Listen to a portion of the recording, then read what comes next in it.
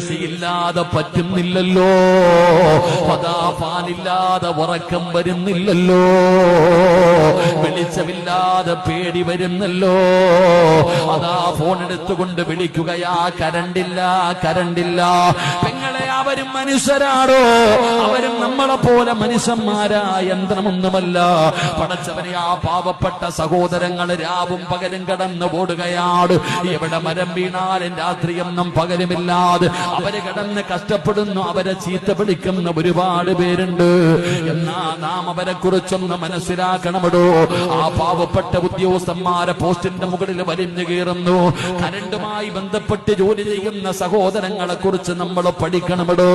നമുക്ക് ഫോൺ എടുത്ത് വിളിച്ചു പറഞ്ഞാ മതി. എന്നാ ഞാനും നിങ്ങളും ചിന്തിക്കേണ്ടത് എവിടെയാ?